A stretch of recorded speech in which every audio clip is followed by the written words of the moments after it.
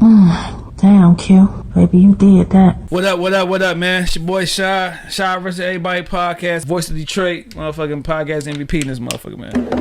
The champ is here! The champ is here!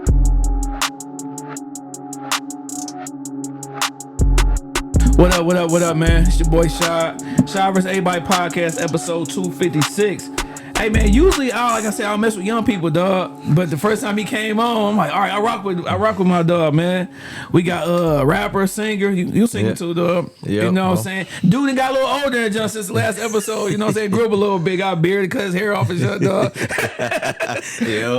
we got my guy, Only One Jackson, man. What's up, Shad? How you feel, dog? Man, I'm feeling good, man. Feeling blessed. For sure. Still jealous of you, dog. You got the good hair, dog. Glistening hair, I mean, boy, bald under here hurt, dog. That fool went from braids to a little fro. Everything I always wanted, dog. Yeah. Why you cut the hair, dog? I was just ready for a new change, man, and I was like, it's just time to let it go. Yeah. I was like, I gotta let the hair go. It was holding a lot of energy. Yeah. And I was like, when I drop some new music, I want to like rebrand myself. For sure. So, heck yeah. But it was a long process though. I've been growing this since freshman year of high school. Yeah, heck yeah, man. Hey, like I said, you got a little older, dog, 23. Yeah. You know what I'm saying? It's been almost 3 years to this day. Last time you came up was 2023 in June. Yep. Like June 5th or something like that. Yep. June 3rd. So it's been a little minute, bro. That time go by quick. Yeah, it do. It definitely does, man. And I'm glad we finally got here because we've been trying to get this interview on the road, but no, for sure. You already know I'm gonna make it happen, dog. Eventually, dog. Oh yeah. And it's the perfect time because you got the new tape that's about to drop. We gonna talk about that. Oh yeah. You know what I'm saying? But we start everything with a salute. You know what I'm saying? It's a lot of times we wait for people to pass away before we give them their flowers. So anybody you want to show some love to, bro? I want to show love to my moms. I want to show love to my girl. Okay. I want to show love to my grandmother, my homeboys. True. Yeah, that's pretty much. Yeah, I ain't got nobody to salute, dog. Yeah, I'll be out of I'll be trying to think, damn, like who can I salute, man? Yeah. Shit, nobody. Everybody else doing something, man. Salute to y'all. Salute to you, bro. You know what I'm saying? But keep going with the music. Real. You know what I'm saying? You and man, you and Bad AT, dog. Yeah, my y'all guy. some going motherfuckers, dog. Oh yeah. Hey, hold on. Salute to him too. Salute to Bad AT, man. Bro, y'all constantly when it comes to the music stuff, y'all don't take no breaks, bro. Like y'all constantly going, y'all constantly being in the light, you know what I'm saying, the light, trying to do something. If that's showcases, that's singles, if that's projects, like y'all constantly doing it. So salute to y'all because it's easy to quit this jump, man. Yeah, especially for sure. if you ain't seeing nothing coming out of it, it's easy to be like, I'm done. Right. You know what I'm saying? So yeah, salute to y'all boys, man. Appreciate it. Yeah, man. I find somebody here. Bad AT he be on people's head with that music, though. Yeah, like, oh yeah, Bad AT, man. Listen. A shout out to him because he really like he keep me going as well. Yeah. Like he be out there, he do shows. I mean, he promoting every single day. You know, I try to do the same thing, but it's cool to see him do it as well. Yeah. You know what I'm saying? Hell yeah, that's the homie, dog. Who win 1-on-1 between y'all? Like y'all hooping, y'all both hoop, dog. Like, listen, that's my guy, that's my dog. but Tino. Yeah, I think I got it. I got it. It ain't even a thing. I got it for sure. Yeah. But he can hoop though. Don't get it twisted. I seen him. Yeah. Oh yeah. He can hoop. I won't even try to mess with y'all boys right now. I'm too old. My legs hurt thinking about it, dog. Yeah, I'm smooth. Now you mentioned your moms, your lady and stuff like that, dog. Talk about the relationship with your mom because she is your manager still, right? I don't know if you fired her or whatever. Yeah, no, she's still the manager. But talk about that development within y'all relationship as you have gotten older, and what do you understand a little bit better about her now that you know, say you're not in those high school years no more. You know, in adulthood. My mom has really prepared me to be the young man that I am today, and my mom has been very honest with me with a lot of things. And I feel like when a lot of parents aren't honest with their children, they grow up and they get in the real world, and then they can't take the criticism. Sure. So I think my mom, like, you know, just being a motherly figure, being a manager, she's been everything, and she's been somebody I look up to and been my biggest inspiration because, you know, just being a single mother and raising me and teaching me certain things, and, you know, like if I'm doing bad in school, not rewarding me with things. Yeah. And then like just even as an adult, just still like still keeping it real with me. Like, you know, you wrong about this, or even with my music, even if I don't like it, it's like I had to sit back and reflect and be like, no, I know what she doing. You know, like, no, for sure. That's dope. That's dope. Is there anything that you understand a little bit better now that you didn't understand when you was younger? Definitely just like definitely being out here on my own with the, you know, with the bills and stuff. Definitely that. Hey, that's the one thing you gonna definitely understand, boy. Oh yeah, definitely that, because you know, I used to leave lights on in the house and all of that. Then when I got my own crib and I seen that DTE bill, I said, you know what? Maybe she wasn't tripping. Yeah, for sure. Again, you about to start unplugging, just like, you know what I'm saying? This don't need to be used. Right, exactly. No, for sure. That DTE bill, like just skyrocket. You that's one thing you said that's a fact. I started understanding that once I had left my mom crib. Like, dog, like this life shit is real. Oh yeah, it's real. The bills, it's like once you pay a bill, it come right back. Like, damn, them 30 days going by quick. Like, well, then it'd be another bill that attack you out of nowhere, and it's like, wait a minute, I forgot about that. Are you adult enough to put your stuff on auto pay?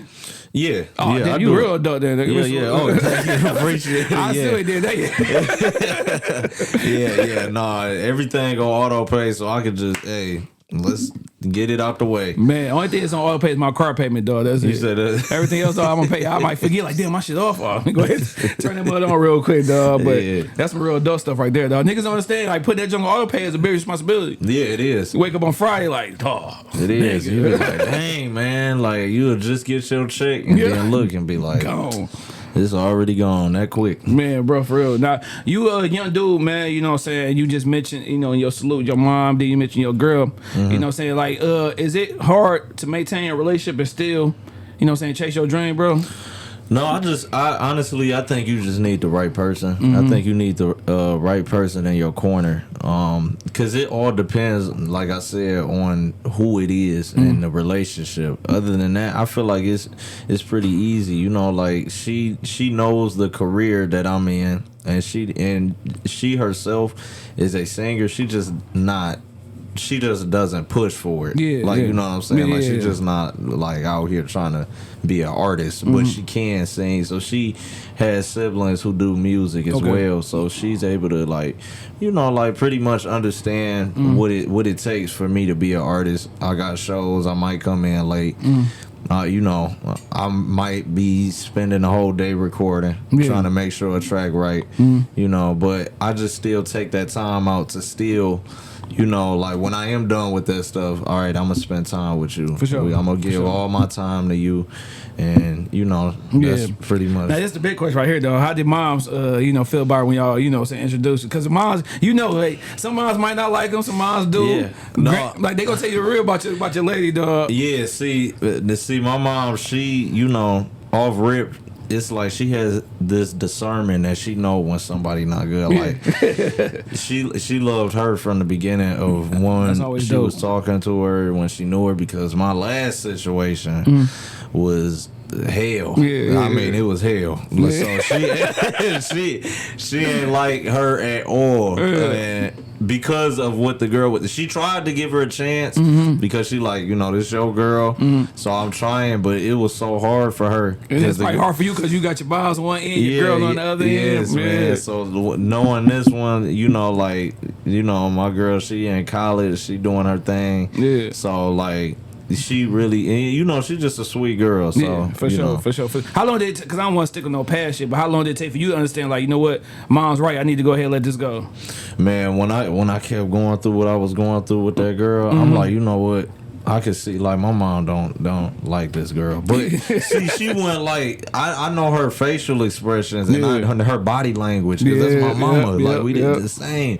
So it's like she wouldn't verbally say like, oh no, I don't like this person. She waited till it was over. Like, oh, I'm so glad that you got rid of her. For sure, man. You definitely right about the body language. I don't know if that's a woman thing, but they might say nothing. Like my wife, I could look at her like, Yeah. What's wrong? No, Nick, I could tell something wrong. Your something your wrong. shoulders ain't even right no more. Like, you know what I'm saying? Absolutely. Man, that's what's up, though, man. I'm glad you got away from that. Yeah, me too. Because them niggas stick around a little too long. We all, me and him, we all had some situations where, nigga, we should have been left. Yeah, for sure. We were sticking around. I don't know why we were sticking around. Like, you know what I'm saying? But and see, that was my first time going through that, so that was like, okay, that was a big lesson. We probably stick around, dog. Okay. You know what I'm saying? Excuse me, moms. But sometimes you don't want nobody else to hit that. Like you know she ain't good for you, but you don't want her. Like, forget the it. stuff that you worked on, you don't want her to work that out with somebody else. Like, no, I feel that for sure. And, speaking of that, you know, say I don't know, if this is a good, you know, but you got a baby on the way, bro. Oh yeah, you know what I'm saying? Like, I didn't know if you want to talk about it. I was a little nervous about bringing it up, but you know, because some people want to keep things on the hush, you know. Oh yeah, no, I'm very open to it. I got a young son on the way. That's what's up. The first one is always great for the first one to be a boy. Yeah. I was very excited about that. I prayed a lot. Like, I hope, you know, my first baby, me and her prayed. Like, I hope this a boy. But you know, I'm very excited for this. You know, it was unplanned. It came out of nowhere, but you know, God ain't doing things for no reason. For sure. What was that conversation like with y'all too? Like, as far as like, all right, you know what I'm saying, what we gotta do, what we need to do, or have y'all had that convo yet?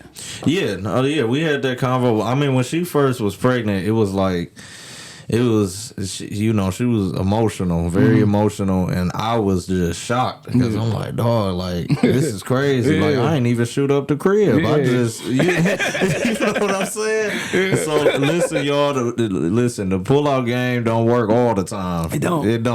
So I learned that. Yeah. So, but you know, we went through that situation, and I was just comforting her, and I'm like, you know, this is all what you want to do.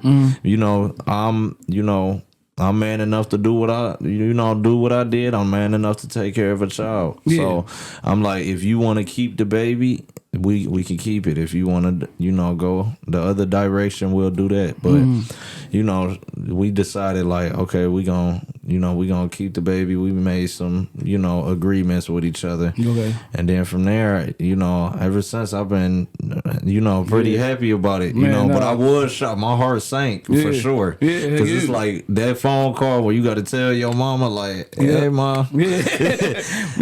And now the one thing, because I had my first son when I was 19, about to be 20. But the one thing you gotta understand, dog, is when he come, it ain't about you no more. Like, it ain't about your girl no more. You know what I'm saying? It's all about the baby. No matter if y'all together, y'all apart. I hope y'all be together because it's a lot easier. But it's all about him. You know what I'm saying? Exactly. Like, nothing else. You gonna have to change things around. It's gonna be times that you irritated because you know you ain't getting that much sleep. Yeah. You know what I'm saying? Yeah, for sure. You gotta worry about her and how she dealing with things. You know, with postpartum. Say it, man. Postpartum. Yeah, postpartum. Oh, yeah. You gotta worry about hoping that she be straight shut up, cuz. So there's a lot of things you gotta, you know what I'm saying, just you know, think about once y'all do have a baby, because, you know what I'm saying, her being pregnant is the easy part. It's like once he come out, that's when shit get real. Like, right. When my son came out that womb, I'm like, oh, God damn. Like, it's real now, dog. And, you know, I was a selfish person, but when he came, it's like, all right, it ain't about me no more. Yeah. You know what I'm saying? Yeah, no, I feel that. And, yeah, we be having that talk all the time, you know, like, with both of us. I'm like, this boy bigger than both of us. No, for sure. You know, he bigger than me now. So it's like I'm doing a lot of things. Everything that I do now is for him. You know? So the one advice I would give you once y'all have your son, make time for yourself. So like if she need to do something with her girls, be like, hey, I'm gonna take the baby, go ahead, have some fun, and vice versa. Then y'all can do stuff together. A lot of times with relationships, they don't work because it's just like y'all so stuck on each other and the baby. Y'all still gotta have y'all time for yourself too. Because if you don't, that shit gonna go down. Yeah, you know what I'm saying? Yeah, that's like, real. Like, because I like if my wife go kick with her girls, please leave. Like, go ahead, because I want that same. If I go kick with my uncle or my homies, like you need that time. Like, it ain't gotta be every day. It could be once a month, bro. But just get that time where y'all together and that time where y'all apart too. Right. And the relationship it'd be easy. That's real. Hey, I'm giving advice to this. Hey, I need it. No, So, for real. hey, this is my first time being a father, so I said, need it all ain't no the correct way. advice. You just gonna learn as you go. You feel me? Yeah, for Y'all got names? It gonna be a junior? Yeah. Oh no, it ain't gonna be a junior. His name gonna be Region. Okay. Region, yeah. That's cold, dog. Dang, there's something else I was about to ask you, dog. Dang, I'm getting old, dog. Forgetting about this. So with your, I remember when you was on the show last time, as a male, you was mostly raised from your granddad, right? Mm-hmm. So is there anything that you look like? Are you nervous about that? Like, because you didn't grow up, your father wasn't around. Like, are you making sure you don't make any mistakes? Like, are you putting pressure on yourself?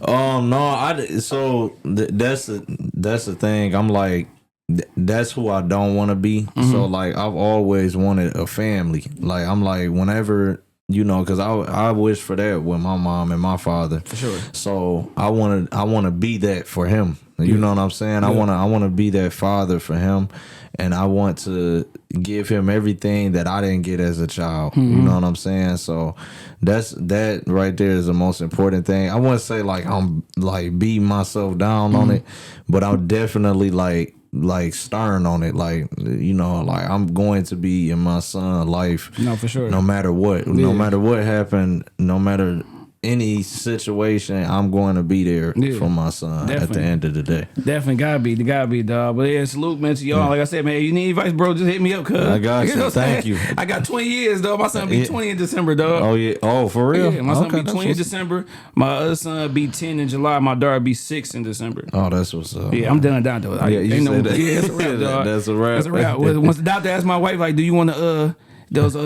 get your tubes tied or removed? She said removed. I'm like, okay. Did that Kobe boy like, He said, throw the away, man. Give it to me, so I throw it in the garbage, dog. Man, it's a wrap. I got my girl last. God forbid if anything happened to me, she got 2 older brothers that's gonna look out. Right there, you go. So we good, bro. I was interested, dog. The end of the year, you had dropped a song called "Can You Keep a Secret." Okay. Yeah, we can talk about it. Yeah. And that's a song basically like you go through stuff like everybody, go through little things or whatever, but they be too afraid to put it out there. Mm-hmm. And with that song, like I said, it can help people out. So you want to talk about the song a little bit? Because I think it was like some like things going on with an older girl in your family. Yes. Yeah. So I had a situation where when I was very young, one of my older girl cousins, I had went through a situation where she did, molest me. Mm-hmm.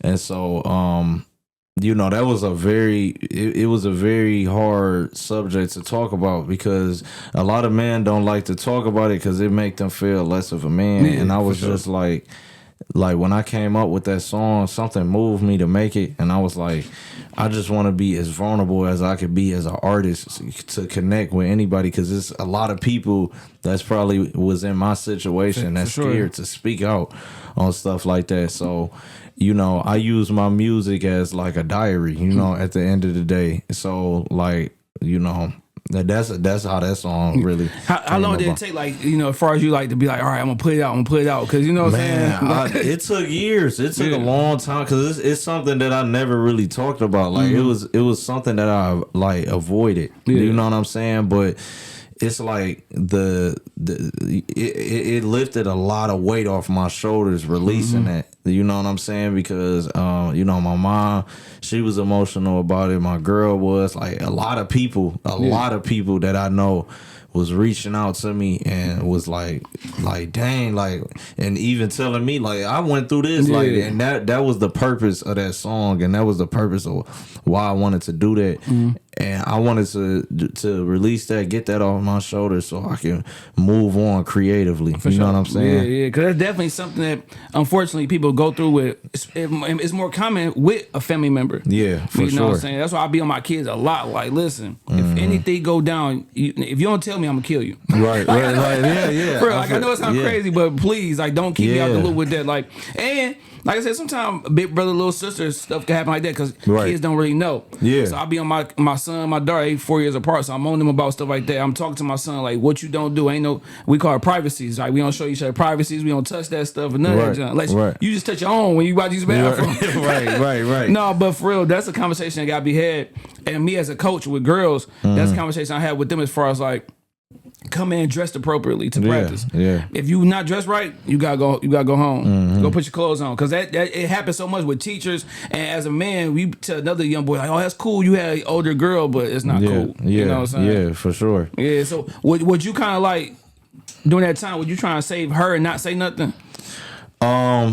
Yeah, because you know what, and I'm gonna be 100% honest. Like my family kind of just moved past it, and I ain't appreciate it because that person still comes around to this day, and I'm supposed to act like this ain't happen.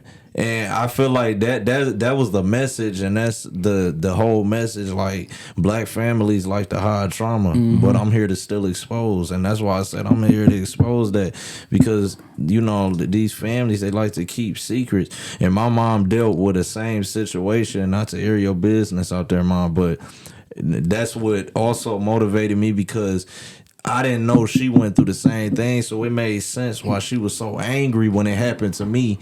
And as I got older, she was able to explain that to me, because as a kid, of course, I'm not going to really consciously understand. But as I got older, they did, when it happened with my mom with another family member, they didn't believe her, they weren't listening to her, and it's like we shared that and we had that in common. And I was like, no, like, this needs to be said. And I'm like, quite frankly, excuse my language, I don't give a fuck what none of my family members got to say about it, or anybody. I'm telling my truth, and I'm using my art as that expression. So, like, and like I said, it's good, because somebody could be going through it, and then it can trigger them to be like, let me go ahead and talk about this. Yeah, and to say these kids, man, because it's happening. It's happening a lot, and I want to protect my child from it, and send that message out to other parents. Like, watch your children, watch who they be around, watch their body language, and all of those things, because that stuff still affected me as a grown young man. To this day, it still like kind of affects me. So it's like, for sure. And I like the last verse, how you like kind of like saying like how you told and stuff like that, and then got the courage and all that. You know what I'm saying? Talk about her like not feeling bad about it and all that junk. So it was a dope song, bro. You don't really get too many artists to talk about things like that. You know what I'm saying? They talk about the hoes, or they talk about this or that.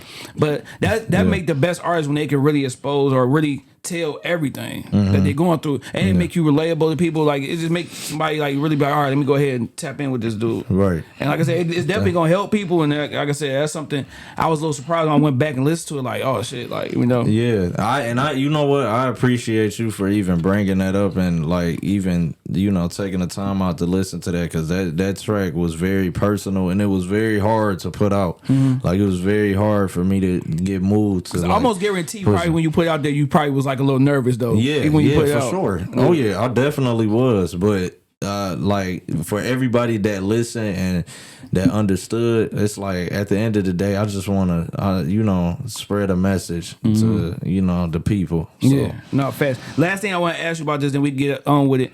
Okay. You say she's still around, saying family functions. Like, how is the interaction between y'all, or is no interaction at all? I mean, I'm cordial about it, but like I said, I feel like my family forced that upon us, because it's like, move past it.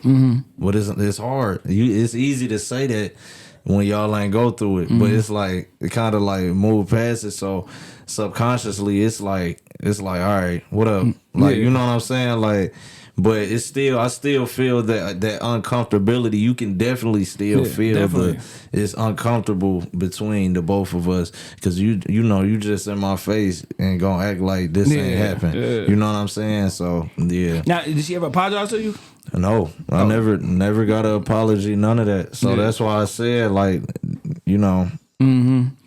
That's why I was rapping in the middle verse. That's why I was rapping from her perspective on, I don't know what she thinking in her head, but then maybe this is what she thinking, and this is her angle of it. Yep. So. No, definitely it was a dope song, dog. Like I said, I'm glad you put it out there, because people be needing to hear those things, dog. We was just talking about that on another podcast I was on yesterday, about like sometimes our conversation, sometimes our music can really help people, because sometimes you might not have nobody to talk to, or you might be too worried or scared to talk to somebody. Because like you said, somebody might not believe it, or they might not give a damn enough to even take action. Exactly. No, that's real. No, that's dope, man. Keep putting your truth out, dog. Make these songs about your son, everything, dog. Like, for sure. It's about, we about to people want to hear it, because because you be like, oh, here goes same old shit. You know what I'm saying? Like, you want to hear more than just the same stuff. Right. Exactly. Yeah, man. That's why I try to be just as versatile and open as I can. I try to just be vulnerable, bro. Be real. You know, a lot of artists, they scared and be in that box because they want to look a certain type of way. Like, oh, I gotta look cool. I gotta look like this image. Like, no, just be yourself and express everything. Lay everything out on the table. Definitely, man. But so how you know, other than, you know, your son on the way, you know what I'm saying, what music, we know about the music coming, but what's been in this process of this year? Like, what did you go into 25 to 26 thinking, or moves you wanted to make, if that's personally or that's on the music side? Just personally, I just wanted to, you know, just try to, you know, get my music out there a little bit more, even more than I have. Reach out to more of these DJs, reach out to more of promoters and stuff, to start, you know, performing a little bit, because I was on the high with that, like 2023, I was tripping. Like, it was like a show back to back to back. But I think now I had kind of fell back to really look strategically and like, okay, like, what do we have to do to start pushing this music in certain places where it's really like getting, you know, traction and like really getting out here. So I feel like I've taken that time to, you know, process that. But you know, I've really been really hard on hitting this album, like, and I've been promoting that like crazy. Sure. What you mean when you say you were tripping in 23? Like I was man, I had the, you know, the Choice Awards. Then I had like over 90 performances that year. You going hard. I was going. I had a lot of performances that year. So hey, you know what though? I forgot to hit you. I was gonna tell you, I really had rock with that Fresh Prince of Michigan. Oh, I appreciate it. That was hard, bro. Thank you, man. The whole thing was hard. I feel like, dog, that's why I get so upset with like new artists who don't get the love I think they should get. If that was somebody else, be oh shit, like, you know what I'm saying? Like, do you ever get tired of grinding, bro? Like, you know what I'm saying? For lack of a better word, do you ever get like tired of just grinding or tired of trying to put yourself out there? I think, you know what I will say, man. I feel like I don't, because I still like to feel like the underdog. I still like to feel like that, like, because it still brings the best out of you and it builds your character, because it's like all these people sleeping on me. Like, it can be frustrating at times, like, dang, bro, like, I'm making all this good quality music and it's you know, it's quality music. It's not no BS. And it's like, well, why is nobody listening? But at the same time, it's like,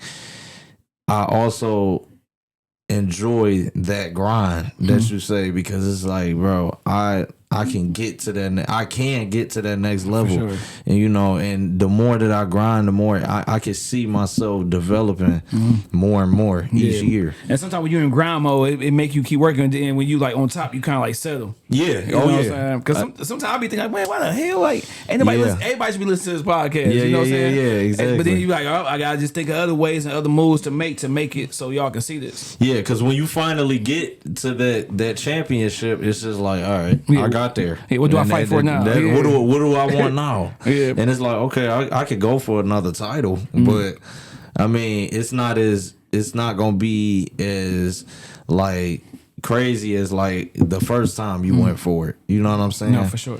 I do want to ask you about a bar in Mirrors, when you say I don't live a perfect life, but people think I do. Talk about that. Like, what do people, when they see you, do they think something like, and you be like, dang, I'm nothing like what you thinking? I think a lot of people, like, that they be thinking, like, sometimes, like, oh, like, there's only one Jackson. He just this, like, you know, just a super nice person, super, you know, like all of these things. Like, you know, I am a humble individual and everything like that, but I also have had a lot of temptations in my life, like a lot of things in my childhood that I've experienced that like people don't know about me, and I don't look like what I've been through, if that makes sense. No, I'm trying to make myself not look like what I've been through, but that's why I put all of those things like in my music, and then, you know, in the sound of everything I do, because it's like, you know, at the end of the day, like you look at somebody's life and you be thinking like, oh, like they living pretty good life. Yeah, like no, you're like fresh prince for real. Like, right, exactly. But they don't know behind closed doors. I might be battling in my head, you know. It could be suicidal thoughts. It could be a whole lot of things. It's a lot of things that I've had, and those was things I expressed on Art and Imperfections and Mirrors, actually. You know, so I'm glad. Do you do it intentionally, like not to show people, like because you don't want nobody to really see it or you don't want nobody to ask questions? Do you intentionally like show like, all right, I'm good, but in the inside you like, damn, like I'm going through it because like shit. Sometimes I'll be on this podcast inside like, fuck. Yeah, no, I feel it. I just feel like I just hold a lot of my emotion in because that's just like how I was taught. Because it's like you know, as a man, we it's like, nah, don't cry. So you got to be strong. You got to be tough. You got to push through. You know what I'm saying? And even though those things are true, it's still like, you know, as a man, they make you, when you grow up, they make it seem like you can't have emotions. Like you can't have no type of emotions. And I think when all of that, like when you put on that mask, man, sometimes it's like, dang, like people don't even know what I'm really going through, or people might say something and don't even know what they saying to you, and they don't even know what you're going through. And that's the one thing I feel like was a mistake with my first son that I fixed with my second son was like, I can't be a dad, be like, nigga, stop crying. Yeah. You know what I'm saying? Sometimes, hey, man, you hurt, dog, cry, bro. Like, it's okay. You know what I'm saying? You can't, some dads, you can get stabbed with a knife, boy, you better not cry. Like, like dog, it's okay, bro. Like, because I forgot what I was doing. But like older people, older dudes, I think everything is soft. Yeah. So I know my kids ain't soft. Like, you know what I'm saying? So my son, you know what I'm saying, we over at family member crib and my daughter playing with this little hula hoop. He's trying to show her how to do it. He's like, we don't do it. I'm like, bro, it's cool. Ain't nothing. You good. Like, I know who you are.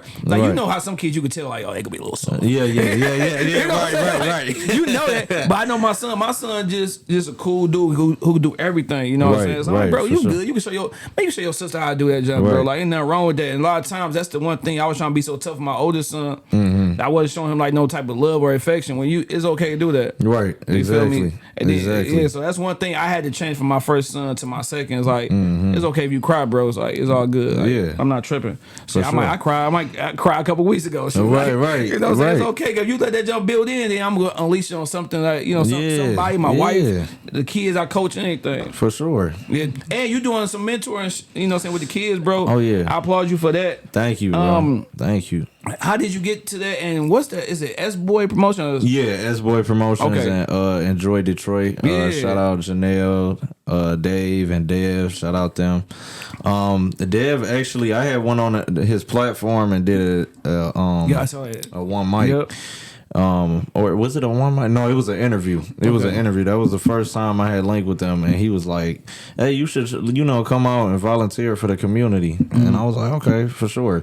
So the first time I had came, I had volunteered. I kept going back since. Like every time they had an event, like they was always, asking me to pull up. Eventually, they like pretty much like put me, on the team with them. You know what I'm saying? At certain events, they got a summer program that I'm gonna be a part of as well, with teaching the kids entrepreneurship and just teaching them about how to start their business, whatever business they want to do. I was in my school. I coach at Academy of Warren. They was doing the Air Force Ones. The Air Force Ones. That was dope designing. Like that's something different. Yeah, for sure. Yeah, because these kids, like they, that's better than them being out here in the streets and doing some BS. Like, you can't beat that. So, because I wish we had more people that came to our schools when we was growing up. Yeah, that's what I said, man. I wish I got to pay Air Forces.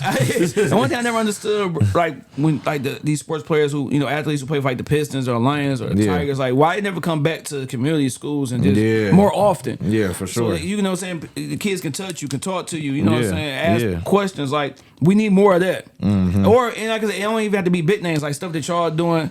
You know what I'm saying? Like just coming back to the school and giving the kids some game and let them know, you know, what it is. Because instead of just coming to school every day with the same type of stuff, you need those interactions with other people so they kind of like explain to you why you need to be in school and why you need to be doing the right things. Exactly. Yeah, man. Is that something you want to do more and take a bigger role as far as being a mentor? Oh yeah, definitely. I definitely want to continue to do that. It's it feel really good, and then the kids like they make you feel loved, like you know what I'm saying, and it's dope. Like you could be in a safe adult for them to come to. Yeah. You know, so I definitely want to continue to do that. Because when I see him in school, the kids like, how you know him? Like I be trying to tell the kids, I don't be trying to let them know about the podcast. I don't want them to go research. Because one girl tried to follow me, I blocked her. Yeah. They can only follow my coaching page. That's it. Yeah. You can't follow what I'm talking about on the platform. Yeah. Like, so how you be knowing these? Like, just calm down, man. Yeah. Just calm down a little bit. You know what I'm saying? Now you had mentioned, we depression and suicidal. Have you ever been, saying any one of those like depressed or had suicidal thoughts? Yes, I have. I honestly have. I've had those thoughts. As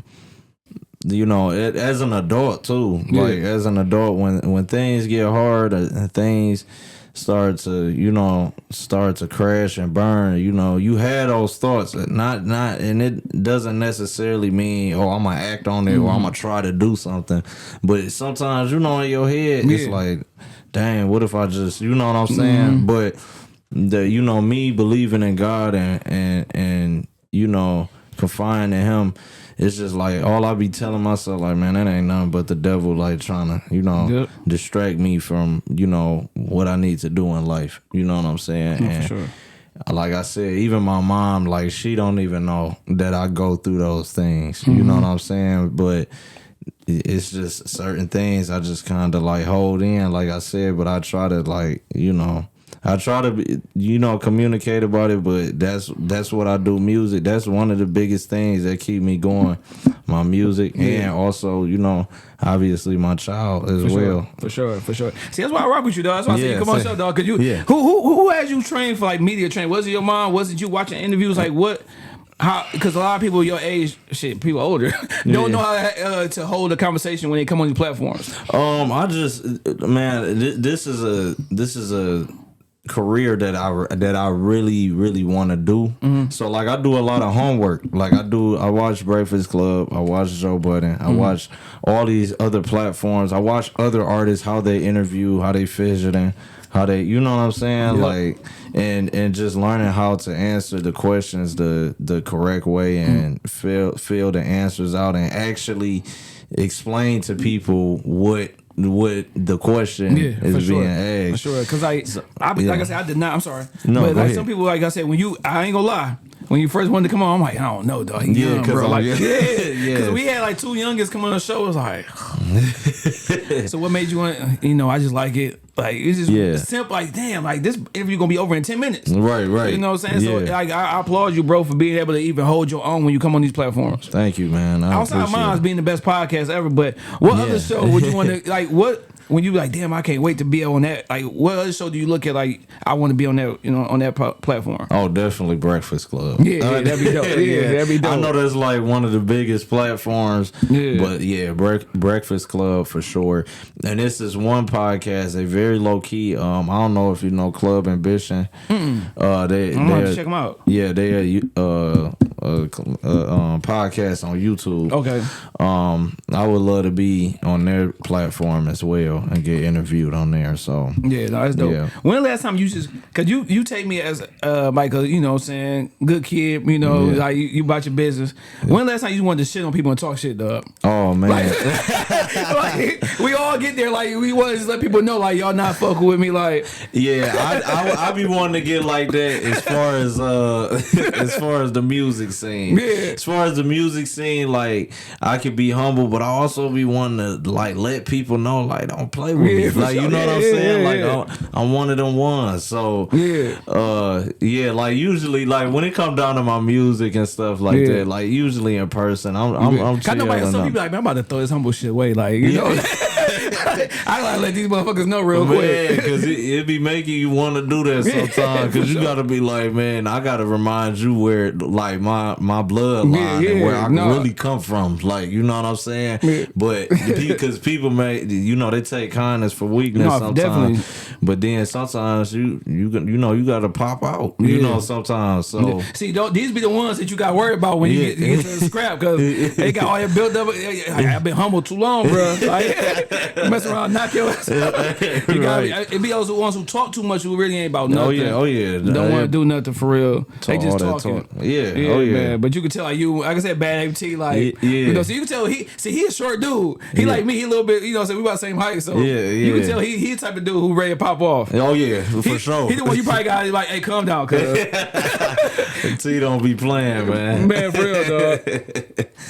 Now, as far as like the music, bro, you got the project that's about to come out. 44.3 FM. Yeah. Talk about that, bro. Like what? Like I've been trying to figure it out, man. So look. I don't want to give too much away because, you know, I want people to like tune into the album, but the concept is going to make sense. With the title, if that makes sense. The title is gonna make sense of what the album is. But this is this has been my favorite album I have created because this is a like totally different sound. Like this is a totally different sound. This is a more up tempo sound. This is that talk you was just talking about, what you just said, like when you gonna throw the humble stuff away. This the album where it's like, okay, hold on, wait a minute, like okay, he confident, he feeling himself, like this is gonna be that album, because I feel like I haven't given the people that type of album yet, or I haven't given people that type of sound yet. Like we had Fresh Prince of Michigan, but you know, like DJ with a Party At, like that's really the vibe of the album. You know what I'm saying? That's dope. That single is like, that was the perfect single to lead up to the album, because that's pretty much what you gonna get, and it's gonna be some R&B in there too, sprinkle R&B. But I just cannot wait for y'all to hear the concept of it, the way I put it together. It took me 2 years to make this album. Yeah, 2 years. I started on this album in like 2024, like around that time. It took me 2 years like to really like prepare this, because I know, like, you know, they be telling artists like me, like underground artists, like, oh, don't drop albums, just drop singles. But I'm an artist, like I like to create. So like I want to create an album from top to bottom. I don't want it to be too long. It's gonna be 12 songs. That's dope. That's the right amount. Like, I don't want like 20, 30 songs, but like, cause then, you know, you lose the viewers' attention. There's only a few people do that, like Chris Brown. When they get to that level, they able to do that. But like, I still like creating like the bodies of work, and that's what I be wanting to show people. Like, I could create a body of work of music and not just create a compilation of music and put it all on one album. Something that's gonna make sense. People like, how did this transition? This, like, you know what I'm saying? Like, that don't make no sense. You know, like some people, they just put a whole bunch of good songs and just be like, all right, I'm gonna just put it all on another album all over the place. With no type of all over the place. Because it's like, okay, well, like, you know, you just gave us a whole bunch of nonsense. Any features on this album?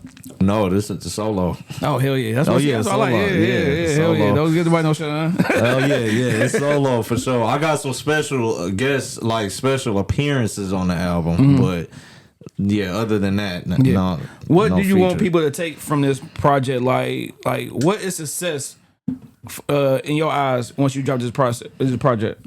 I want people to know, like, I'm here. Like, you know what I'm saying? I'm here. I'm hungry, and I'm ready to take over. You know, as best as I can.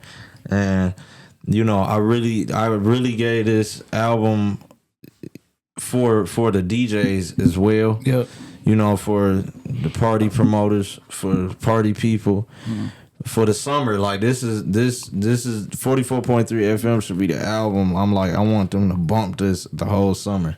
You know, the intro started off strong to kind of set the tone of like, this what I'm on. Yep. Like this is me, and this is what's going on. And so yeah, my boy Ray, he had said he can cut the braids off, got the beard going. You know what I'm saying? That's why I'm like, I had to create a whole new image for this. Like, this how serious I take it though. Like, for sure. I'm gonna rebrand myself all the way, like, cause this is a different era of me now. You know, what make you a fan of somebody, bro? Like, what make you a fan of an artist? Just like I said, when I love when artists can be vulnerable, man. Like, that's my favorite type of artist. Like, when they just it make you feel like you're in their world, or you looking through their lenses. Definitely. And you can paint a picture in your head on what the words that they rapping, that they singing. It don't matter rap or singing. Like, that's always been my thing, like, with artists, and that's been the main thing that I've always loved about. What's that song for you? Because for me, it's I don't know if you know Benny Siegel, I Can Feel It in the Air. That song I listened when that first came out. I listened to that song probably about 1,000 times, bro. Like, it's like, dang, like, it was like the quality was clear, like everything he was talking about, like it was a dope song. What's that song for you? Like, you know what I'm saying? Like, damn, I know exactly what he talking about, or what she talking about. It's like, I definitely probably Count Me Out by Kendrick. That song, like, is like everything that he talked about. Like, he didn't hold back, because it's like everybody look at Kendrick as this, like, this civil rights activist leader. You know what I'm saying? This perfect moral human being. But he, like, even the people that look up to me, I'm not y'all savior. Like, even the people that look up to me, I've made mistakes myself. I done cheated on my wife. I done been, disrespectful to, like, my children, with them seeing that and putting my wife through that pain and all of that. Like, just going, just like really like letting the fans know and not holding back and not trying to hide that and tuck that in the closet. Like, that's always been like, that's why I feel like I relate to that song a lot, because it's also things like we brought up earlier, like the Can You Keep a Secret? Like, there's also things in my past like that I have, like, I haven't always had like a perfect life and all of that, or try to give that off. You know what I'm saying? Definitely. And speaking of being a fan, last night at 12 a.m. it was a holiday for this dude, man. Yeah. You know what I'm saying? It was a holiday for this dude. I remember Drake is your favorite artist, right?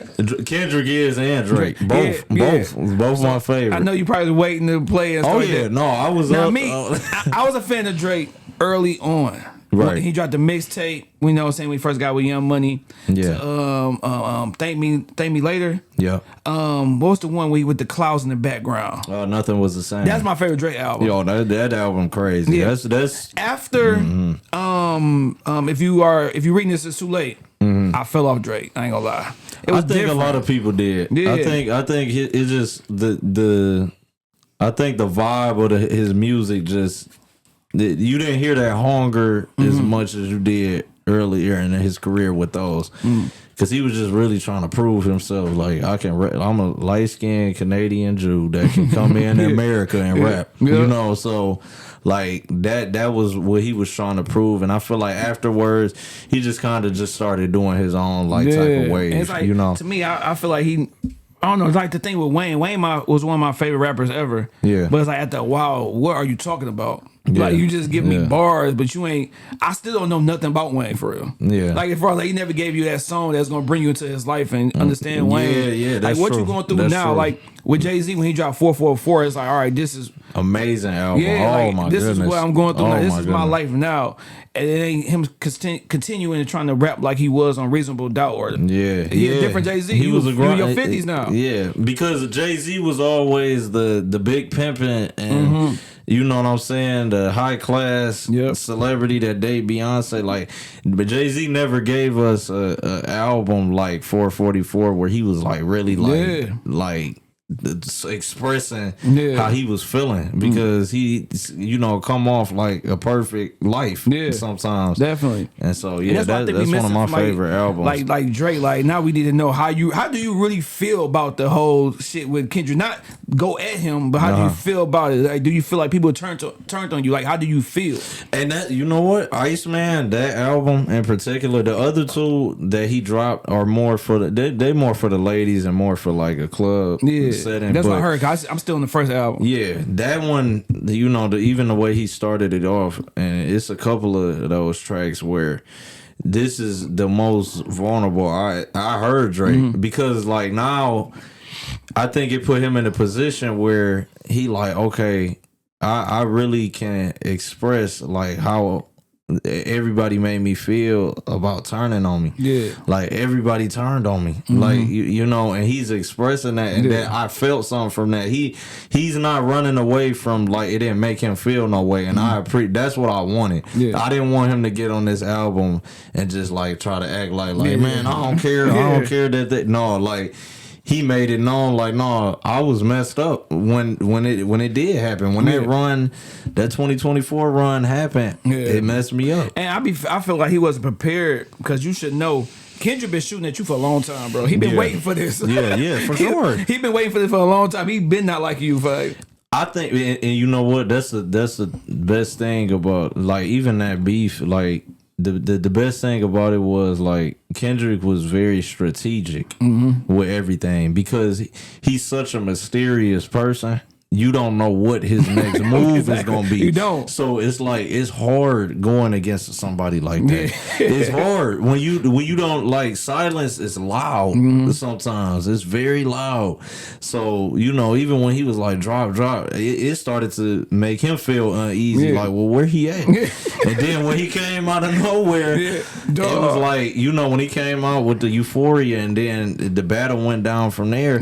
Like nobody even knew Kendrick could get that dark as he did in that beef and go to hit when route. Drake had dropped, what was it, Family Ties or Family Matters? Was that was Drake's song? Yeah, when he dropped that, it was so hard, but Kendrick dropped an hour later, right? After, it just, even though it wasn't as hard as that song, it's the fact that you dropped right after them the same day. Man. So it's like, nigga, hey, I know you got this little song that came out. Here you go. Here you go, yeah. and then I'm going to step on your record so they can devalue it. And then the next day you drop an anthem. And then you drop an anthem, the biggest song in the world at that point. And that's why I understand why Drake wasn't as prepared, because you did the same thing Kendrick did to you to Meek Mill. Yeah, exactly. You dropped a little teaser this, and then you came back to back and destroyed. This was Drake's first real loss. Yeah, like of course the Pusha T thing happened, but that wasn't like a real loss. Like this is the first time he was in Meek Mill's shoes. Yeah. Like the world is embarrassing me, right? He got everybody in the world calling him a pedophile. You know what I'm saying? Like it don't get no worse than that. Little kids, A minor, the Super Bowl. This dude that won 5 Grammys. Like he just tripped out. Yeah. He tripped out. Like how does that not bother you? Because you took Kendrick out his political bad night on your ass. Because you know that. But like I said, but Kendrick, I feel like he in a space in his career where I done did the black talk. I done did the standing for the y'all know where I stand with that. So now I'm just gonna pop my shit. No, for sure. Hell yeah, he did too. Yeah, that's what I'm gonna do. Like dog, and I'm gonna show you that I can do the Drake on Drake. So. I wouldn't be surprised if Kendrick put an album out around it, saying soon. Oh yeah, just to be like, oh, you dropped your little. Okay, here you go. Yeah, all right, man. But like I said, Kendrick gonna always win because he's like he don't say nothing. He everything he says is in his music. Because I guarantee you, those songs he dropped, he had already had written down. I think he had already had some of them written, but. And I guarantee it's probably like 4 more songs we probably ain't hear because exactly. Well, he had. They said he had about 10. So all that time that Drake was saying like, come out, like where you at and all of that, he don't even know he in the lab cooking. And that's why he like, okay, he put a whole gumbo recipe on that. It's like, all right, bet. Like, okay, you want me to come outside? Let me go ahead and boil the word real quick first. Because he started it with like that anyway. So he fell for the bait. So he already had this in his plans. And I don't like how they try to clown my dog Cole, because Cole was like, all right, this ain't for me. You know what I'm saying? Man, Even though I don't think he should have said nothing at all. Cole. I think he should be like, you know what? I'm out of it, because you know your mans don't really like Drake. You know what is the smoke is ready for him. Yeah. You know it. So the only thing that made him look bad was him putting the song out there, taking it back. He should have never said nothing at all. He shouldn't have said nothing. Yeah. And he said like he felt peer pressured, and I understand that, like, you know, it's a human thing, but it's like, dog, you still put the song out, and then you took the song back, and it's just like, bro, come on. It messed, and I hate that, because Cole was like my guy. Yeah, it messed him up a little bit, because now you can't these get interviews. He going out sad, like he on these interviews talking about like, oh, I don't feel like I'm the best rapper. I think it's Lupe and Black Thought, and it's like, come on, all right now, you know, he's trying to be like overly humble, bro. And now with social media, dog, like, you can't make those little mistakes, bro. That's why he should have never even put it out. He should have been like, you know what, I got love for Kendrick. You know what I'm saying? Ain't nothing. Yeah. You know what I'm saying? That's it. But I don't think Drake should go at J. Cole either, because like, he, you know, I don't see why he'd think he thought J. Cole was gonna tag team Kendrick with him or something, or I think Drake just was upset because it's like, dog, like you started the ignition, man. Like then you just gonna turn it off like that quick. Man. But Cole went way better, or just not saying nothing at all. Yeah, if Cole didn't say nothing, I think that would have been better. Like, people would have still been chirping, but that would have been better.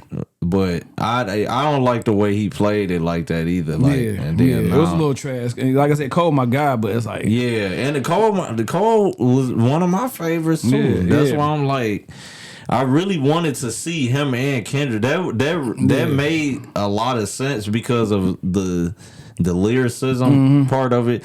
But you gotta tip your hat to Drake for even like standing in that ring with him, because that was one of the biggest beat. That probably is the biggest beat to ever happen. We was waiting for it. It was almost like, and they wasn't even going like how Drake and Kendrick was, but it was like Jay-Z and Nas. Yeah. Like, I was young to the mud, but you waiting by the nigga wait by the radio, hear this song. Like, you know what I'm saying? You waiting for it, like when the game was dissing G Unit, like, exactly. You know what I'm saying? Or, you know, back when Pac and Big, but Biggie never really went back at Pac. Yeah. But it's like with this one, you was just waiting by the phone, like, all right. You was waiting. Yeah. And they going track for track. Like, we ain't really never seen nothing like that. Cause like you said with Jay and Nas, it was more like, okay, my track, your track, and those was the two biggest tracks. Yep. And then niggas don't understand, Nas waited a long time to respond to Jay-Z. Yeah. It was. I seen that it was a minute, and it was around the time Nas wasn't even like that. He was, like he kind of had fell off hard. Yeah, he fell like on Jay-Z his sparked that back up. Yeah, Jay-Z sparked it up and stuff. So, but yeah, dog. But that was you kind of like torn because you were a fan of both of them. Man, I was. It was hard. I was enjoying the hip hop part of it. The part I didn't enjoy was just the stands, like the bots, bro. Yes, dog. That's what I didn't enjoy. So Kendrick, of course, I like Kendrick better than Drake, but if Drake put out a project, I'm not gonna be like, I'm Team Kendrick, so now I can't. I went to listen to Drake. Like, let me see if it's some, saying some hits on this boy I like. I don't know you, none of y'all personally. Yeah, it's like they made it Democrat and Republican. It's literally what it. It's either you as Team Drake or you Team Kendrick, and that's trash, bro. That's like, trash and mud, dog. So it's like, bro, you can do that, bro. If one of them make music good, like, hey, bro, I can listen to both of y'all. Like, you know what I'm saying? Because the point, like, the biggest thing is y'all are the two biggest rappers in the world anyway. So like, you obviously people gonna like you anyway, both of y'all.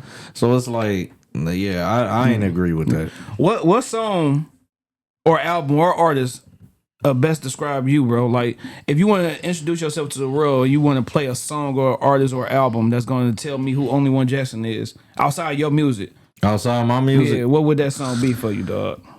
I'd say probably definitely Mr. Morale and the Big Steppers. Okay. Yeah, that album right there, because that pretty much, I could see that like being like, okay, this is who I am. You know, I think that album for sure. Dope album too, dog. Dope ass album. What do you feel like as far as like you need to do a little bit more, bro? Do you feel like you need more people in your circle? Or is nothing at all, but what do you think you have to do more of to get your name out there a little bit more? I think I need to just continue to promote harder. It takes a lot of bread to put into it, of course. Like it's a lot of bread. It's a lot of bread. Yep. So that's the part I am gonna say. Like it's not necessarily like because I don't want it. I'm not trying to work hard to do it. It's literally like just you got to come up with all these funds and like worry about all the things on the outside of your career as well. So. Like I feel like just as far as that, like just promoting and stuff, and I do want to continue. I have my select few of listeners, but I want to like really like get even more listeners outside of just Detroit, like more listeners like just from out of state and stuff. Yeah. No, definitely. Like as a collective group, like because I have some here and there, like, but like just at on this promotion run, have you ever thought about like you and mom taking a flight somewhere just to do some promotion here, find some local podcasts, different outside of Michigan? Yeah, definitely. We talked about that as well because we really trying to like I said, this tape right here, we really like pushing for this. Yeah. So like we did before we had our other album, Heartbreak City. Like we went hard on that, but we could have of course went harder. Like so that's what we learned from that one. For this one, like okay, we gonna go crazy basically. Yeah. Damn, I want to burp like a motherfucker. Yeah. So what I'm about to say, bro? With the Detroit artists right now is popping. Do you feel like they need to do a little bit more to bring up artists on the come up? Because it took a while for the Vezos, for the Peasies, for the Babyface Rays to get on. They've been doing this for a minute. So I would think that they will learn from that and start putting up the new and upcoming artists. Do you feel like they doing enough, or you feel like would you want to see more Detroit legends, like help out the kids that's on the come up? Yeah, definitely. I think that. I think Detroit artists definitely need to stay together because like our sound isn't, it's not universal. Like it's not, everybody ain't gonna like our sound, like only certain people, but we know that sound here, like I just feel like a lot of the Detroit artists just, they gotta start looking out for the talent. You know what I'm saying? They really gotta start looking out for the talent because it's a lot of talent in Detroit, like a lot. Yeah. Like, you see, Asaka the Renegade, you see Detroit Diamond, you see all these other artists, like it's a lot of talent. Yeah. And, and even them, like they working and they doing their thing. And I know they still trying to get to that like next level, even though they still doing their thing here. And that's why I be like, man, for y'all artists on the rise, they be like, damn, it's like it's so much you gotta do. Yeah. Like you think about Detroit Diamond, she was on the Netflix show and stuff like that. If you think about Osaka, he was working with T-Pain. Yeah. But it's like once you get there, it's still so much more work to do. A lot more work. Like, damn, like that's why I was a trash artist. Like what I'm saying? I was lazy, bro, because it cost too much money. I ain't. Yeah, shit. It's a lot of bread. Like you gotta have that bread for sure, because it ain't like Berry Gordy gonna walk down the street and you can be singing on the corner anymore. That's not the time we live in no more. And they be like, you want to come to Motown Records? Like, nah, it ain't that time. No, for sure. What was the time, or was there a time that you seriously thought about quit music?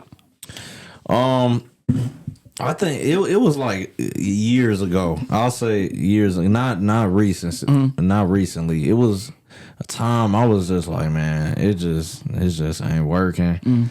And I'm like, I'm about to just let it go. But then me and my mom had a conversation, and I was getting like too caught up into some other stuff too. Like, I was getting too caught up into what me and my ex-girlfriend had going on and stuff.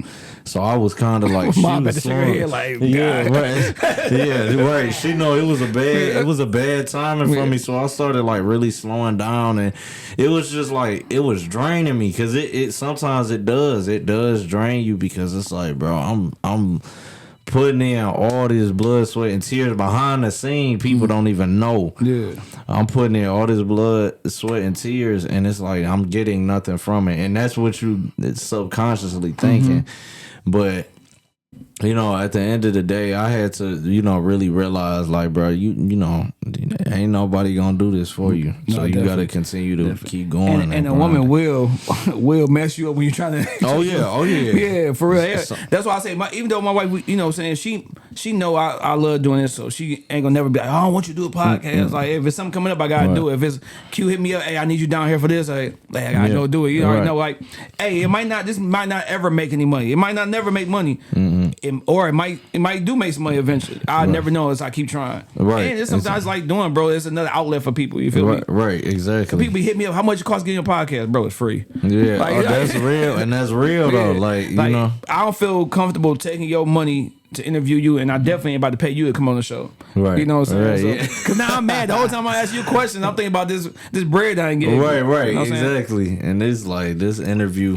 Like these other platforms could charge you, but bro, I'm trying to make some money, some sponsorship money. I'm trying to make some money where somebody come and scoop us up and want to sign us. Like I'm not about to. And stuff. Yeah. But like now, if you want to just like, hey, I need a podcast interview today. I'm like, damn, all right, bro, you gotta give me a couple dollars. Yeah, like, you know what I'm saying? right. Like, you know, but other than that, I'll never charge nobody, bro. Yeah, that's real. Weak as hell, bro. Could you ever think about life without music? Like, how would you see life like if you didn't have music at all? What would you be doing right now? I think I'd just be working, and I would have really took basketball like super serious. Yeah. But I started to realize the politics in basketball too. Yeah. Like when I got older, I'm like, bro, you got to be 6'7", 6'8". They ain't looking at, like it don't matter how good you are. If you 5'9", 5'10", they still gonna look past you sometimes. So Who was a person, or what was the moment that you knew that basketball, like, damn, like it's levels to this? Because like it was this dude, he a coach for Hamtramck, and he was tearing my ass up so bad. Pause. Yeah, no, Hella pause. yeah, no, you good. But he was killing me on the court so bad. It's like, you know what? Yeah, maybe basketball ain't for me though. Like, I know I'm good. Like you got those people that's you know, say go to basketball cities and shit, Joe Dumars, and they cool, but it's levels to like you know what I'm saying. I think when our team, Isaiah Jackson, he had just I remember him. Yeah, him dog. wasn't he playing. Yeah, him and LaMelo. But in Detroit was him and Rocket. Yeah. He had went to Water, Vermont. I was at Wale Western at the time. And it was my varsity season, my senior year, when he had came. Man, I was like, them dreams is done. I start writing on the bench. Bro, yeah. Like, from there, I'm like, man, we gonna do this rap, man. This ain't, it is levels to it, bro, dog. I was at Bradford, coaching middle school at Bradford. I went to a high school game and saw it was him and Rocket. They played for Old Redford at the time. And they was in a layup line. I'm like, they about to win by 50. And it's like, how you know? I'm like, bro, I'm looking at the layup line. They doing crazy dunks. They won by like 50 or 60. Rocket Watson. We got blown out. Yeah, I was in Jackson. He played for Indiana Pacers now. Yeah. But yeah, him and Rocket was cold. Like everybody thought Rocket was gonna be what's his name is right now, who about to go to the league. Damn, my dog. Played for Arkansas, point guard. Acuff. I thought Rock was gonna be like how Acuff was, because Acuff, that boy tough. Acuff nice. Acuff gonna have a nice little starting spot on the. I think they said he might drop down to the Kings. Yeah. I believe so. If he can go like Chicago or somebody out there, or the Kings or somebody like that, like he wherever he go, bro, he gonna be nice. Yeah, he gonna be real nice, man. Yeah. Shout out to him, man. I wish I could. Damn, I wish I was a little taller, bro. Yeah, exactly. Me too. Yeah. I wish I was taller. A little stronger. I'm 5'8". Because he looks small, but he's 6'2". Yeah. He only 6. Well, yeah. Like you said, he's 6'2". So and his whole family could hoop. Because his cousin is Rickea Jackson, who played in the WNBA. Oh, for real? Yeah. Okay. The A-Cuffs got a generation of just, like, I don't know what they ate. Like they great granddad, but it just been like they just been building. Like they had even the ones who didn't make it is cold. He was in March Madness dropping 30, and I'm like, dang. And he'll be the type of person that make me mad because he showed no type of facial expression. It's like basketball is boring to him. Right, He's just killing you with his boring ass face. Like just like, hey.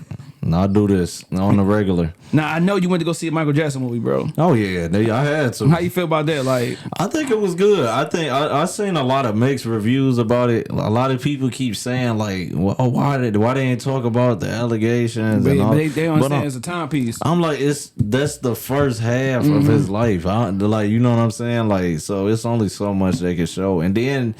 It's a lot of things. Michael Jackson was, besides Jesus Christ himself, was the second, most famous human being to walk here. For sure. So it's a lot of things that they, legally cannot talk about. You know what I'm saying? Like the Diana Ross situation and all of that. And her pulling out of the movie, like they don't want to get sued. If she says she don't want to be in the movie, she was 37 messing with the 19-year-old. That's the rumor. Exactly. So, a lot of that couldn't be in the movie. So, but other than that, I think it was really good. I think Jafar, he like him imitating Michael Jackson. It was some scenes when he was dancing better than Michael Jackson a little bit. Like I'm like, okay, no. So, but see, now if he ever want to act again, it's gonna be hard because you just gonna know him as Mike. Yeah, as Mike, as Michael Jackson. Like, he can't go and play on the wire and that or like Snowfall. Right, exactly. He's gonna be Michael Jackson. Exactly. Did your mom ever did you ever experience those Joe Jackson beatings like because you wasn't? Oh yeah, no, I ain't. Yeah, no.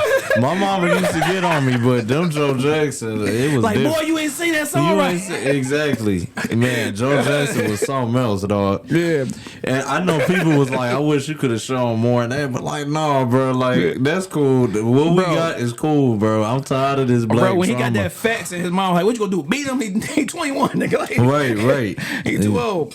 Now, I'm not trying to cause any beef or anything. Could you ever imagine you having to fire your mama, dog?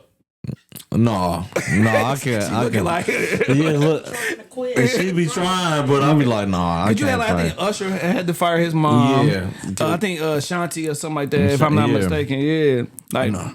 my mom, like the only person I really like trust for real, because like not just because she my mom, but like that's just the person I've always trusted. So it's like I couldn't do that. Yeah. You know what I'm saying? I would want her to be right, but even if a manager want to step in, like in the industry or whatever, like I still would want her to be by my side. For sure, regardless. Definitely. Yeah, I gotta keep Q around, man. Everybody, you feel me? Have you lost friendships, dog, doing this whole little journey, bro? Like, and you know what I'm saying? What do you say to those friends who don't understand, what you doing, what you got to sacrifice? No, my brother, it's a difference between brothers and friends. Yeah.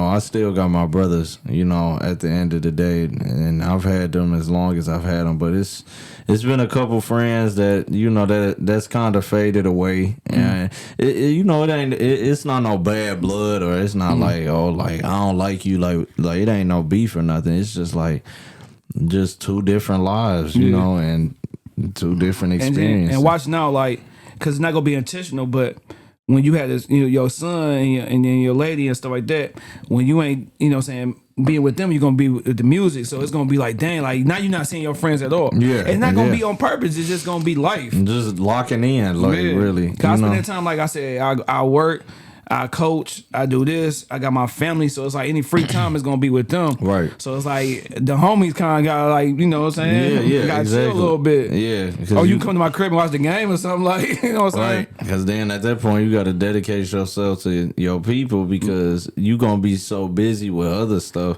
You gonna try to make time for everybody, but it's hard. Yeah, hell yeah. What you think is harder, to get on or stay relevant? Because we talked about like social media and we talked about Bad AT flooding the, Instagram community and stuff like that.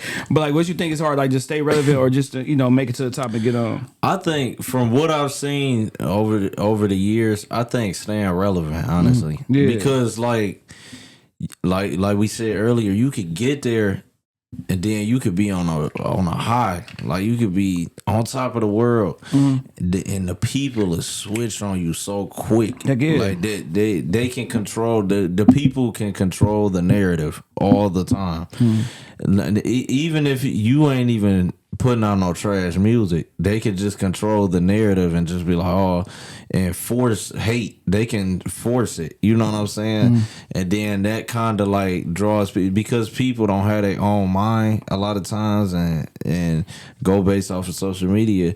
If everybody be like, if I tell people like, oh yeah, don't go to Shad Podcast, then another person said, and it's like a whole, it's like, no, it's a sea of people like, yeah, don't go to, and you like, what? Like, what? Yeah, like, no, what's the point of and that? then every time you say it's gonna be some add on to it. Don't go to Shad Podcast, he a hoe ass nigga. Yeah, like, you know what I'm saying?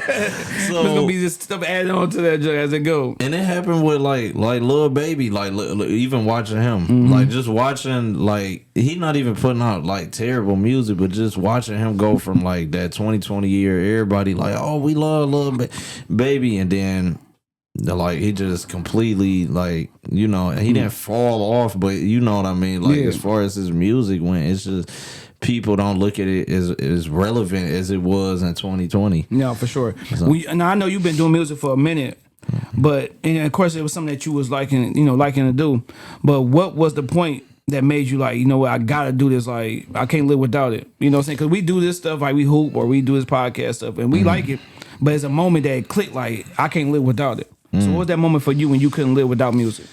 When I like really around the time like my junior year, probably, but around my junior year, that's when I was like, bro, like this right here, like I can't live without it. Like I was writing every day. I was writing all the time. Like whenever I could see something on the tree and be like, all right, I'm gonna write about that. Like, you know what I'm saying? Yeah, for sure. I could, like I was just coming up with so many different ideas and things I could do with my music, and just like, you know, daydreaming about like, oh, how I'm gonna say my Grammy speech, how I'm gonna say this, like it's a lot of different things. And that around that time, like my junior year, is when I really was like, man, I can't live without this, man. No, that's dope, man. That's dope. Anything that you want to do different, dog? You know what I'm saying? Anything you want to try that you haven't tried before? That's with music, outside music. Is there anything else that you like, all right, I want to tap into that too?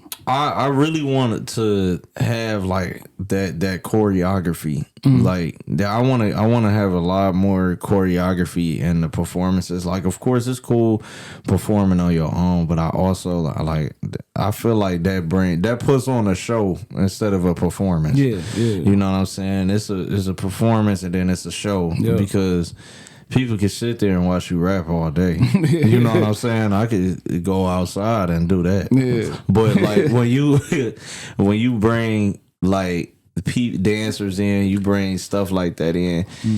I feel like dancers are very important in performances because they also express the emotion and the art that you are displaying with your lyrics. So yeah, definitely that. Heck yeah, you see what Chris Brown be doing, bro. Like, oh yeah, exactly. And I'm like, damn, do he have time to sit? That nigga always touring. Like, bro. Yeah, he always touring, and his tours and his shows be insane. Like, y'all going to the Chris Brown Usher show? Oh yeah, no, I ain't going. Them tickets about to be crazy. Yeah, them tickets about to be ridiculous. Yeah. I know the city gonna pop out though. Everybody gonna be there. They be wondering, like, nigga, you didn't even pay your cell phone bill, but you all right, man. They know what they doing too. Hell yeah, Usher know what they doing. Today is Tuesday because the show gonna be on Tuesday, whatever. You got the project dropping Friday, 22nd. Yep. So, it's like, to talk about that, man. You got anything else that you got lined up as far as interviews? Like, how you plan on promoting this even more, dog?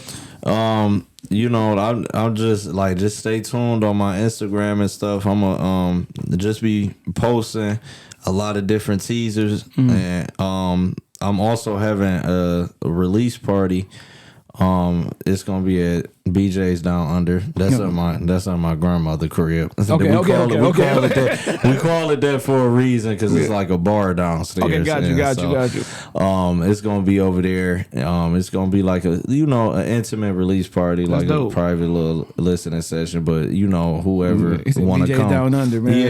Is that BJ's? That's her initials, or her name Barbara Jackson. That's wild. That's wild. That's dope. BJ's I like that. Down Under. So yeah. Yeah, that's dope as hell, bro. So like you expecting like, okay, people like those first couple weeks, you want people to be on it. So all your homies, hey, make sure y'all post this shit. If y'all watching this interview, post this junk, talk about it, all that stuff, bro. Like for real. Oh yeah.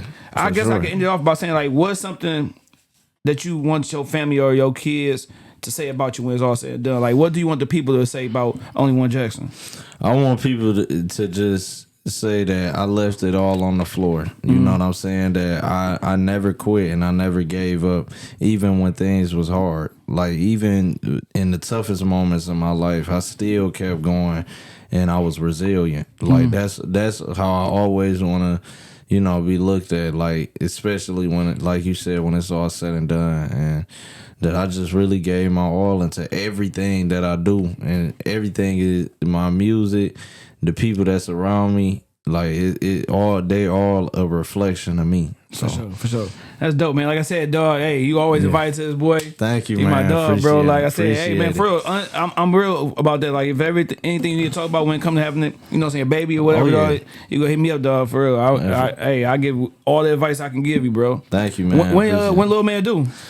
September 29th. Oh, yeah. September Make sure 29th. you and your girl enjoy this summer, bro. Get a lot of sleep. Oh, yeah, we are. I know grandma, she's the type of person that's going to be helping. Yeah. Mom's going to be helping like a mother. I already know it because she's the type of person. Yeah. You know what I'm saying? But you just be ready, cuz. Yeah. Enjoy this summer. It's going to be, 26 going to be that last summer. Like, you know what? 26 was that last summer before I had your little. You know what I'm saying? Right. Yeah, so yeah. But like I said, bro, like, you could adjust. You can still live your life. Don't let nobody scare you and think that it's going to be over with because you have a kid. Right. That's just another blessing to add on to what you're doing, bro. Absolutely. So, like I said, you and your girl just, you know what I'm saying, feed off each other and, you know, keep that union together. That shit be easy. Appreciate you know it, what I'm man. saying? So, but I appreciate you coming on. Appreciate you. You already know, man. Episode 256, Only One Jackson. Make sure y'all go get that project, listen to it, and live with it, because you gonna listen to that punk ass Drake. You know what I'm saying? It's like you gonna listen to that shit for the next month. So listen to his too, bro. Yeah, okay. we got Q behind the boards, man. Shad Vs Everybody, best podcast in the city. If you think different, then nigga, I don't give a damn. Hey, y'all rule your liquor contracts, cuz. Yeah, we'll cut that shit up. I'm about to say, yeah, you was liquor, man. So.